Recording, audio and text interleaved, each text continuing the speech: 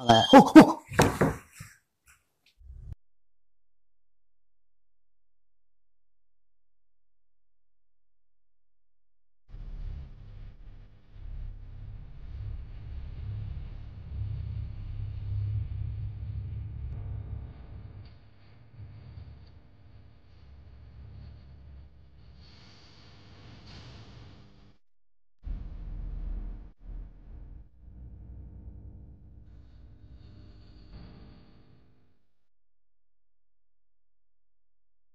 So ayun guys, nagsisit up kami ngayon ng mga gamit. Nandito kami ngayon sa Abilia Ipipanya, sa lugar kung saan tutunuturing talaga itong napaka-haunted na bahay. At kasama natin ngayon si Shaman Tupe, yan. At si Sir Lance ng Manila Plus Light. At meron din siyang cameraman, si Idol, yan, Idol Christian. At ang ngayon guys, mag-i-interview kami dito ni Shaman Tupe. Kung magtatanong tayo kung paano naging shaman siya o naging paranormal expert siya dito sa mismong na to. So nilalagyan tayo ng boya ang microphone para malinaw ang pagka-deliver ng mga boses or tunog dito sa kwartong to. At pinakamalupit nito guys, meron tayong dalang gadget na sponsored mismo ni Sir Lance sa Manila Plus Light na isang, anong tawag nito? May gidala kami ngayon, REM pad. So mamaya i-endorse natin kay Idol Donsky yung REM pad para sa mga susunod exploration. Gagamit na siya ng motion detector at REM pad. Ayan. Thank you so much brother, thank you. Yun guys, papakita ko sa inyo kung gaano, didimuhan mo ko bro, na kung paano yun yung REM pad. So habang mag-interview kami nito dito, merong REM pad dito. Ito yung hitsura ng REM pad guys, yan. So ang REM pad, yung antenna na yan, yung antenna kasi dyan, yung nagde-detect ng electric current or ng energy. Okay. Ngayon, pag may lumapit dyan, kunyari, kamay ng tao or tao, may electric current tayo. So, pag lumapit ako dyan, tutunog siya. Same with yung sinasabi ng entity kasi pininiwalaan nila yung mga spirits is parang may may parang electromagnetic field din sa na parang na component. Di ba nga, kaya gumagamit tayo ng EMF kasi pininiwalaan na parang pag pumipitik yung EMF mo or K2 meter, pag pumipitik siya, inisip nila na maaring may entity. Same with dito sa sa REM pad. Pinaka simplest explanation niya is pag may lumapit, tutunog siya. Yun lang. The only way na tutunog siya is pag lumapit yan, hinawakan. Okay. Pero kahit hindi hawakan siya, malalapit ka lang, tutunog siya? Oo, ayan, tutunog. Kahit hindi ko idikit. Ayan. Okay. Madedetect niya pag Pero kailangan sobrang lapit, mga at least mga 5-6 inches. Ganyan. Okay. Ayan. Okay. So ayun guys, nakita niyo naman kung paano diniwala sa atin ni Sir Lance yung... Ito maganda, kaya may dala akong kahoy. REM pad. Sige, video mo lang sir. Okay. May dala akong pangkamot dito. Sinadya ko to para i-demo natin. Okay. Pag kamay kong nilapit ko, tutunog siya, di ba? Pero pag something na object lang, walang charge. Lang. Okay. And hindi siya kasi wala siyang electric charge. So pag may lumapit dyan na walang electric na or walang energy, hindi siya tutunog, di ba? Hindi siya tumutunog. Pero pag kamay natin, kahit dikit, yan, tutunog siya. Okay. Yan ang ginagawa ng REM. So kung spirits ang lalapit, ganun din yung reaction niya? Oo, tutunog siya ng kung merong nilapit na spirit. Kasi sabi nga nila, ang spirit daw is meron siyang energy or yung electromagnetic field. Okay. So ayun guys, yung pinakamadaling explanation yung REM pad is nagbubuga siya ng EMF o electromagnetic field na kung merong nasagap na mga energy or like mga spirits na nagdadala ng mga energy is nagre-react siya. So hayaan lang natin dun sa kama na yun guys na nakapatong. At dito naman ay interviewin natin si Idol Tupe na si Shaman kung paano siya naging shaman, no?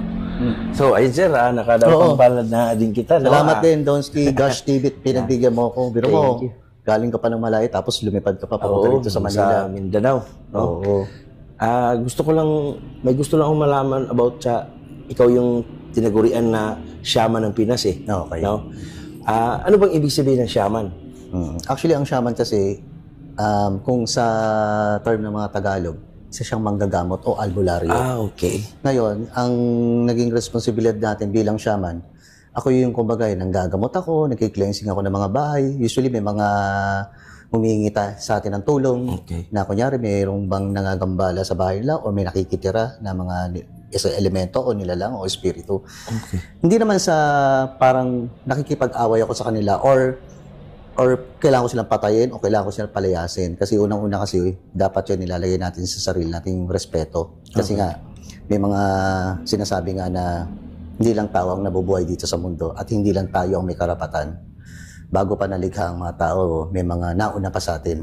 Yan nga yung mga elemento o yung mga espiritu. Yung mga espiritu kasi, usually, nakikipag-usap ako sa kanila sa way ng kaalaman ko yung gumagamit ako ng orasyon. Yung orasyon naman kasi na yon, hindi ko naman siya hiningi o ginusto. Kasi nung dumating sa akin kasi yung time na naranasan kong magkasakit at naranasan ko yung life after death. Yun yung lagi kong sinasabi na nahanap ko yung shortcut pabalik. Kaya nabuhay uli ako sa pangalawang pagkakataon. Ay, magandang i-topic yan, no? Maganda yung yung shaman at nabanggit mo rin yung life after death. Paano ba naging shaman si Tupe? Oo, actually yung time na yun kasi, syempre, tayo nun, kabataan natin, yung nasagad natin yung sarili natin, napuyat, pagod, hanggang sa humina yung katawan ko. Tapos hanggang sa nagkasakit ako, humina yung baga ko, lahat. Nung time na na-hospital ako nun, yun yung para ako nananaginip lang, nakita ko yung sarili ko, nakahiga sa kama, tapos ako nakalutang. Pero usually para siyang panaginip na totoo. Tapos biglang may humawak sa kamay ko na lalaki, nilipad ako. So habang lumilipad kami, sabi ko hindi ko pa oras. Pagkasabi ko gano'n, yung lumilipad ka, panaginip mo lang yun. para siyang panaginip na totoo. Totoo. Kasi halos nararamdaman ko lahat yung hangin habang nililipad niya ako. Okay. Nung sinabi ko na hindi ko pa oras, tsaka niya ako binitawan. Tapos nahulog ako sa isang disyerto. Yung disyerto na yon, sa dulo, literal na nakita ko merong liwanag. Okay. Pero hindi kagad ako pumunta doon sa liwanag. Ang inisip ko kasi, sabi ko, hindi ko pa oras eh. Hindi pa ako dapat mamatay. Ginawa ko, tumakbo ako pabalik. Nung tumatakbo ako pabalik, doon nagpa-flashback yung memory ko simula pagkabata. Hanggang sa, kumbaga, pagka yung sa present na matanda na ako. Okay. Pagdating ko doon sa present na, doon ako nagising. Tapos nakita ko nga na merong parang bintana sa... Actually, parang bintana talaga siya. Na may mga halaman na nakalawit na gano'n. Tapos parang bubat nga yung likod. Tapos umuulan. Pumapatak sa mukha ko pa nga yung ulan eh. Kaya sabi nga, nagtaka nga ang lola ko, na sabi niya, parang, yung nag-hallucinate kasi sabi rin kasi ng doktor, ano yan, hallucination lang dahil sa mga gamot na sinaksak sa kanya or pinainom. Pero merong isang doktor na lumapit sa akin, sinabi nga niya sa akin na magbabago ang buhay mo dahil naranasan mo yung life after death. Nasasabi sa doktor mo na magbabago yung buhay mo. Kasi ang doktor, alam na niya na... Oo, kung ano yung nangyari sa akin. Alam na niya na wala ka ng buhay nun. Kasi parang sinasabi nga daw, nun. comatose ako ng isang buwan.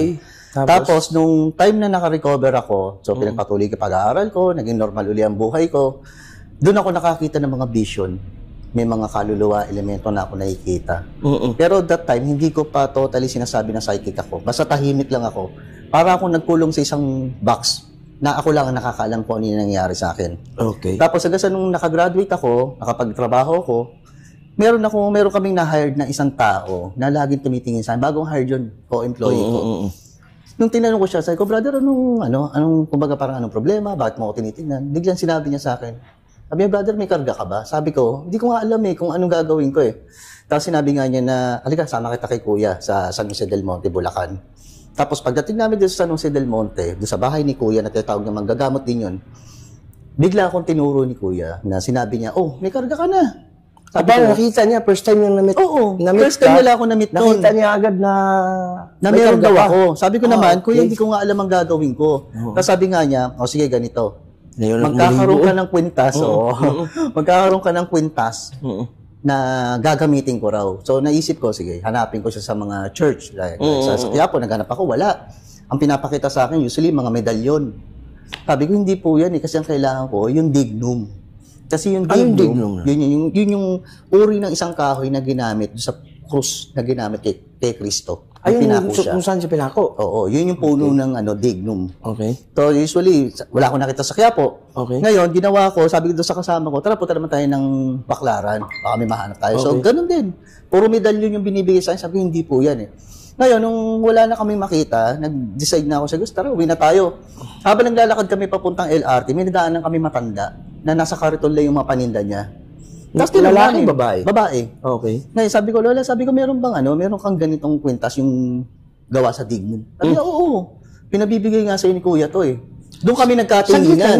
Yung matanda na yun, kakilala sila ni Kuya. Yung Hindi ko namin alam kung talagang magkakilala sila, pero talagang imposible magkakilala sila. Ah, okay. Kasi, pero mo, from Bulacan to Manila, Baklaran, di ba? So, nagkaroon kami ng idea na, parang totoo nga. Ganun pa thinking ko nung parang totoo kasi nga, hindi pa ako aware sa mga nangyayari sa akin. Tapos, nung binigay niya sa akin yung kwintas, sabi ko doon sa kasama ko, tara balikan natin si Kuya sa weekend. Punta natin bahay. Tapos yun, pumunta na kami sa bahay. Sabi ko, Kuya, nakita ko na yung kwintas. Ngayon sabi niya, sige, magpapanaginip naman sa iyan kung ano yung tungkulin na gagawin mo. Parang lumipas pa yung 1 week, nung nanaginip ako noon, meron ako daw napaginipan ng isang bahay na... nanaginip ka nga? Oo, isang bahay na maliit sa probinsya, somewhere sa probinsya. Tapos pinatuloy ako. Pagkatuloy sa akin, naupo ako sa mesa, doon ko nakita pumila na yung mga tao. Tapos biglang nagising ako noon. Tapos di sabi ko, kinonta ko yung kasama ko. Yung nakapilang mga tao, parang nagpapagamot. Parang nagpapagamot kasi yung time na yung panaginip na yun, hindi siya details. Pero nung pagkakita ko na may pumila na yung mga tao, bigla na ako nagising. Okay. Tapos noon, tinext ko pa yung kasama ko. Sabi ko, tara, balikan natin si Kuya sa next weekend kasi nanaginip na ako. Nung sinabi ko kay Kuya na, Kuya, ito yung panaginip ko. Sinabi ko sa akin, sabi niya, manggagamot ka. Sabi niya, manggagamot ka. Ganun? Sabi, oo, yun ang tungkulin mo ngayon. Ngayon, yun yung pumasok yung yung responsibilidad na pagiging shaman. Okay. Kaya lang, yun nga, kumbaga, yung shaman kasi, ang usually sa Korea kasi, ang tawag nila sa mga manggagamot kasi shaman. Shaman sa Korea. Pero dito kasi sa atin sa Korea, sa Pilipinas kasi, albularyo. Albularyo dito. Kaya usually, nung naisip kong, kasi before, sabi ko, paano ko ba siya i-apply na at least makita makita sa social media na ito yung tungkulin na ginagawa ko. Okay. Yun nga, kumbaga, nag-start ako sa isang team before na vlogger, na mga ghost hunter. Napasama ako doon. Doon ko nakita yung tungkulin na gagawin ko. Sabi, ganito pala. Sabi ko, unang-una, passion ko ang pagiging paranormal. Gusto ko yung ginagawa ko, magbablog ako.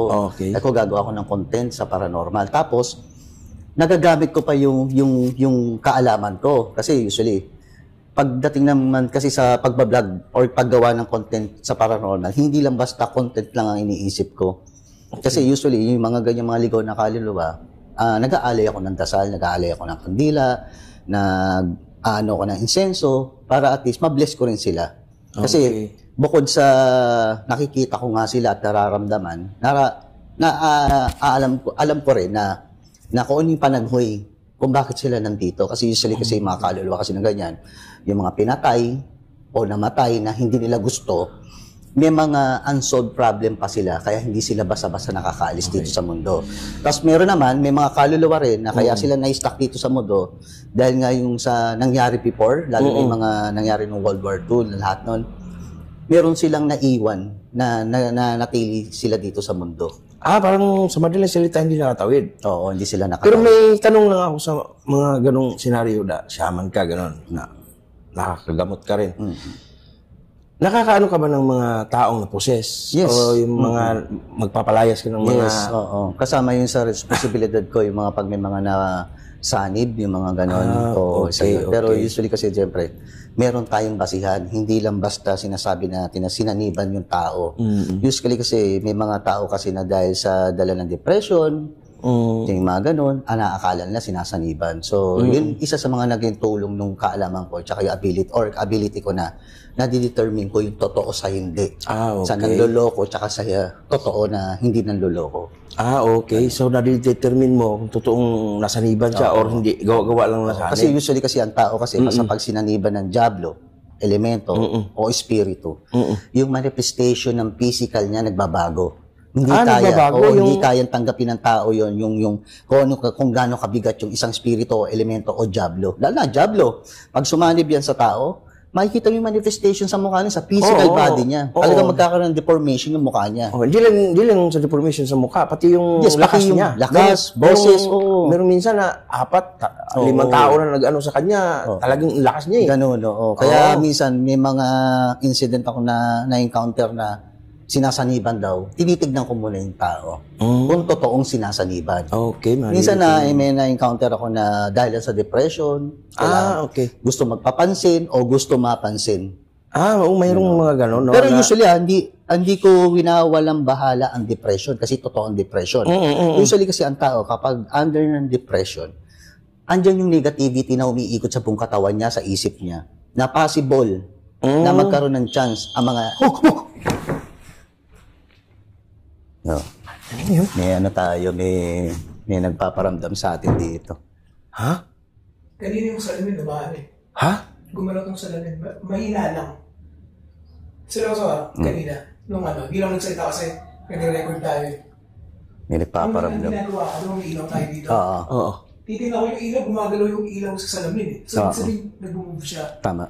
Hindi lang ako nagsalita. Pero, pili ko yung may tayo. May kasama tayo rito. Oo eh. Sayang, camera natin dito na nakatapat sa inyo. Ito sana ang Teka. sa may salamin.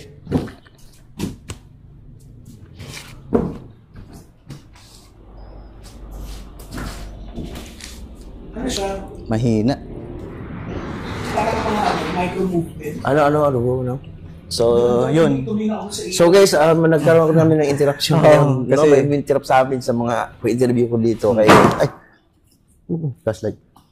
kay Idol Tope, siya man na Tumunog yung rempad natin. sumunog yung rempad natin. Ilabas yan, yung first time natin ilabas yung rempad. Oo. Diba? Kasi pinagkakalan pa natin talaga gamitin eh. Tapos, Oh my God. dito pa natin talaga pinagkalala tayong mga pumunta dito. Kaya nga. Kasi ng paano eh. Hindi pa rin yung salamin na Yung pinto, no? Pinto ng salamin. Oo, Actually, nagmumove pa rin siya eh. Gumalaw, yan. Nagmumove siya eh. Nagmove eh. Kasi yung reflection mo yung reflection ng ilaw, gumagalaw eh. Oo. Oh shit. Nagmumove pa rin siya. Tutukan niyo ng camera. Oo, nagmumove So siya. ayun guys, dito si So, natigil muna yun natin. natigil muna yung natin kasi nandito sila nagre-record din sila si Sir Lance ng Flashlight Manila at yung cameraman niya is nandyan lang din. So ang sinasabi ni Idol Flashlight Manila, Sir Lance, ito dong salamin na to. Ito. Hindi gumalaw. Ito gumalaw. Actually, ang nakita ko, eto di ba nakatingin ako sa Okay, ito. Ito yung gumaganon. Ay, ito. O, ibig sabihin, ito naka-steady lang, pero sa salamin, gumagalaw siya. So, ibig sabihin, Gumagalaw yung pinto. yung pinto ang gumalaw siya, mga 3 seconds, gano'n. Kaso siya, nag-record kayo, hindi ako nag-react. Yung camera mo, inikot mo ba kanina? inikot ko Hindi kanina. Ay, hindi ko inikot. Nakatutok lang dun sa, Kay Sa inyo. Tupi eh. So ayun guys, nakapagtataka na habang in-interview ko dito si Idol Tupi, yung rimpad, tingnan nyo guys yung rimpad na yan, hindi basta-bastang iilaw yan kung walang lalapit. Isipin mo kung kahoy, ito. Isipin mo kung kahoy, ganun. Oh, wala, hindi tutunog yan. Pero pag kayong kamay ang ilalapit ko, ilalapit natin sila. Oo, lapit na siya. Oh. Ayan. So, that means, meron lumapit siya kanina habang na-interview tayo. Oo, Oh my God. maaari. So, talaga, no? Ha? Meron kasi tayong kasama talaga rito. So, susubukan na natin kausapin ngayon. Sa pamamagitan ng REMPAD, kung magre-respond siya sa atin. Okay. Tapos kaya natin yung camera. Tapos tayo yung camera lang. Diyan natin yung rempa. Iwan na natin. Yan.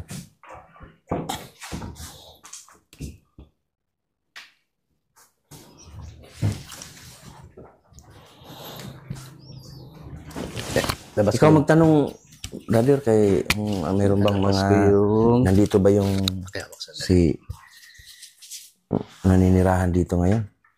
No? So guys, marami pa sana tayong itatanong about sa pagiging shaman ni Idol Tupi. Pero nagulantang kami dito ngayon na nag-react yung REM-pad, no? Kaya napatigil tayo saglit, pero tutuloy natin mamaya.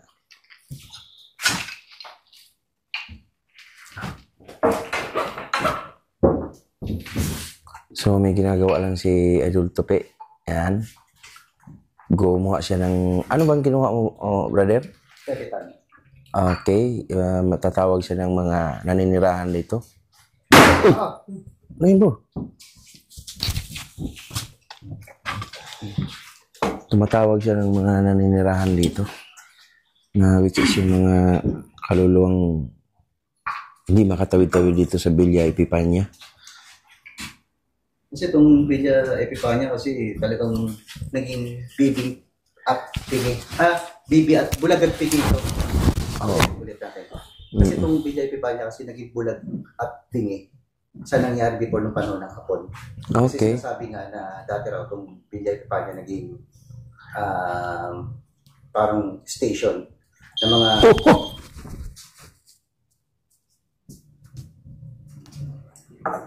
Talaga nagre-react yung REM-pad natin. Tigtig yung rempa natin. Nasa pa nga. Yeah. Ano muna tayo.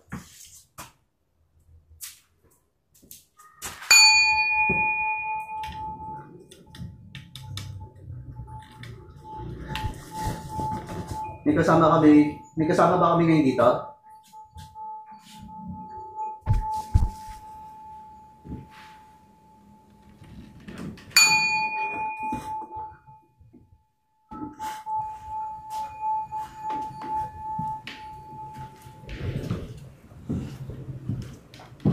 Kung nandito ka, pwede ba mong patunugin o kailawin yung REM-pad namin?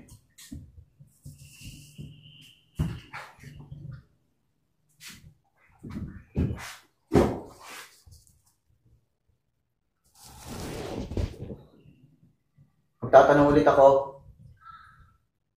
Kung nandito ka, pwede bang pailawin o patunugin uli yung REM-pad? Nandito nga. Sama tayo. Nandito nga, bro. Bro, dito, bro. Dito, bro. Dito.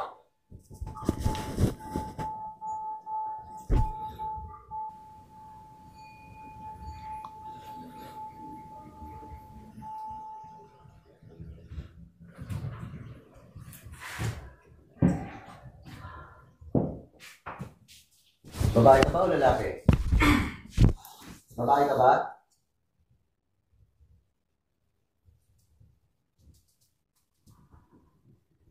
O lalaki?